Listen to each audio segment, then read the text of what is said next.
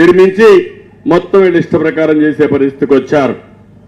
7వ మైలు పక్కనే 6.65 సెంట్ల భూమిని స్వాధీనపరుచుకుని షాపింగ్ కాంప్లెక్స్ కట్టేశారు. ఇంకో పక్కన మీరు చూస్తే ఏపీఐఐసి గోకుల్ దాస్ గార్మెంట్స్ కి ఇచ్చిన 4 ఎకరాల 60 సెంట్లు 17 మంది వైసీపీ నాయకులు కబ్జా చేసే పరిస్థితికి వచ్చారు. ఊర్లో వాళ్ళంతా వ్యతిరేకించి కలెక్టర్ దగ్గరిపోయే పరిస్థితికి వచ్చారు. సోనిశెట్టి గారి పనిలో వైసీపీ నాయకులు అక్రమైనింగ్ చేసి ప్రజలే తిరుగుబాటు చేసి అడ్డుకునే పరిస్థితికి వచ్చారు. అంటే మీరు ఒక్క విషయం గుర్తుపెట్టుకోవాలి, నా జీవితంలో ఎప్పుడు నేను ఊహించలేదు మన నియోజకవర్గం ఒక ప్రశాంతమైన నియోజకవర్గం అవునా కాదా అని మిమ్మల్ని అడుగుతున్నా. ఒకప్పుడు నేను ఒక మాట చెప్పేవాడిని, ఏ నియోజకవర్గంలో అయితే పోలీస్ స్టేషన్ కోర్టుకు పోయే పని లేని నియోజకవర్గం ఆనందంగా ఉంటారని. ఈరోజు 30 సంవత్సరాలు ఎప్పుడైనా మీకు ఇబ్బందులు కలిగించానా అని మిమ్మల్ని అడుగుతున్నా. ఏ ఒక్క వైసీపీ నాయకుడికైనా సరే ఎక్కడైనా ఇబ్బంది వచ్చిందా అని నేను అడుగుతున్నా. ఆ రోజు కాంగ్రెస్ పార్టీలో ఉండే నాయకులు ఆలోచించండి, మీకు ఇబ్బంది వచ్చిందా అని నేను అడుగుతున్నా. 5 ఏళ్ల తమ్ముడు ఏం జరిగింది నియోజకవర్గంలో?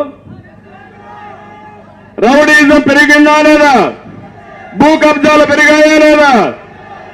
గ్రానైట్ దొంగ వ్యాపారం పెరిగిందా లేదా? మాట్లాడితే తాగేసి వస్తారు, క్వార్టర్ బాటిల్ ఇప్పిస్తారు, అది నాసిరకం బ్రాంది, అది తాగతారు, ఇంకా వాడి ఆరోగ్యం పోయింది, మనకు శాంతి లేదు. అవునా కాదా? యువతను పెడదారిని పట్టించారు. నేను ఒకటే ఆలోచించాను, యువతను ముందుకు తీసుకుపోవాలని నేను ఆలోచిస్తే వీళ్ళు పెడదారిని పెట్టే పరిస్థితికి వచ్చారు. నేను అందుకనే మిమ్మల్ని కోరేది ఒకే ఒక విషయం, ఈరోజు నేను ఒకటే హామీ ఇస్తున్నా. ఇక్కడ అభివృద్ధి అంతా మనమే చేశాం.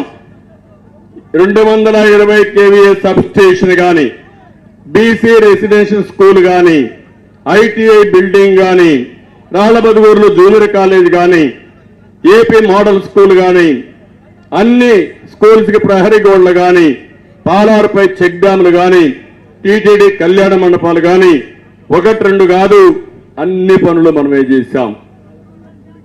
అదే మాదిరిగా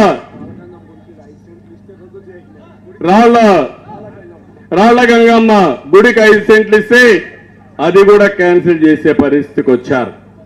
అంటే ఎక్కడికి పోతున్నారో నాకైతే అర్థం కావడం లేదు. ఇలాంటివి వచ్చినప్పుడు మళ్ళీ ఒకటే హామీ ఇస్తున్నాం, ప్రతి ఒక్క ఊర్లో ఎక్కడైనా సరే సిమెంట్ రోడ్డు కానీ లేకపోతే అన్ని ఊర్లో సిమెంట్ రోడ్లు వేయించే బాధ్యత నాదని మీ అందరికీ హామీ ఇస్తున్నా.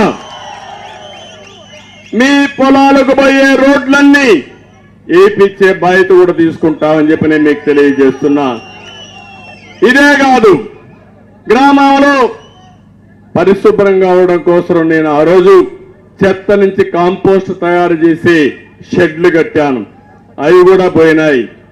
అదే మాదిరిగా మరుగుదొడ్లు కట్టాం, వంట గ్యాస్ ఇచ్చాం, ఇంకో పక్క వీధి దీపాలు వేసాం, మంచినీరన్నీ కూడా ఎన్టీఆర్ జలశ్రీ కింద 2 రూపాయలకే 20 లీటర్లు మినరల్ వాటర్ ఇచ్చిన పార్టీ తెలుగుదేశం పార్టీ, దాన్ని కూడా నాశనం చేసేశారు.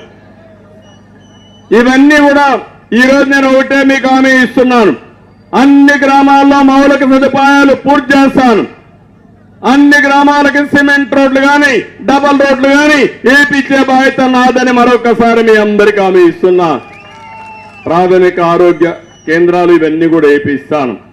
ఇంకో పక్క ఇక్కడికి వచ్చినప్పుడు శాంతిపురం గడ్డూరు నుంచి కర్ణాటక సరిహద్దు వరకు డబల్ రోడ్డు కావాలన్నారు, తప్పకుండా వేయించే బాధ్యత తీసుకుంటాం.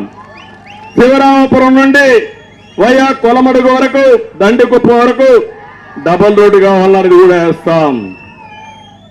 రాళ్లబదుగూరు నుంచి శివరాంపురం వయా గోవిందపల్లి వరకు డబల్ రోడ్డు కావాలన్నారు. ఇవే కాకుండా అన్ని గ్రామాలకు అనుసంధానం చేద్దాం. అది చేసి ఇప్పుడే ప్రణాళిక తయారు చేసుకుంటాం. ప్రభుత్వం వస్తానే అమలు చేసే బాధ్యత పార్టీ తీసుకుంటామని మీకు అందరికీ హామీ ఇస్తున్నా.